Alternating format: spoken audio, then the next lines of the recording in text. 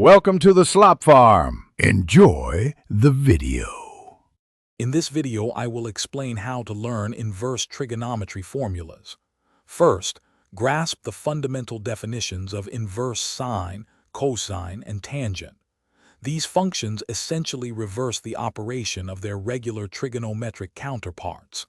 Next, focus on understanding the principal value branches for each function, as this is crucial for accurate calculations. Finally, always connect the inverse function back to its direct trigonometric form to solidify your understanding. Moving on, mastering the key properties and identities is your next step. These include relationships like sin inverse x plus cos inverse x equals pi over 2.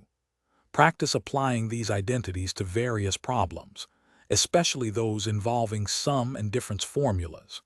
It's also vital to always keep the domain and range restrictions in mind for each inverse trigonometric function to avoid common errors. Consistent practice is absolutely essential for success.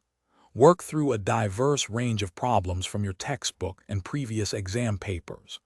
Don't just look at solutions. Try to solve them step by step yourself to truly build your confidence and understanding. Additionally, using graphical representations can help you visualize the behavior of these functions, making complex concepts much clearer and easier to remember. To truly excel, review common mistakes and learn how to avoid them, such as incorrect domain applications.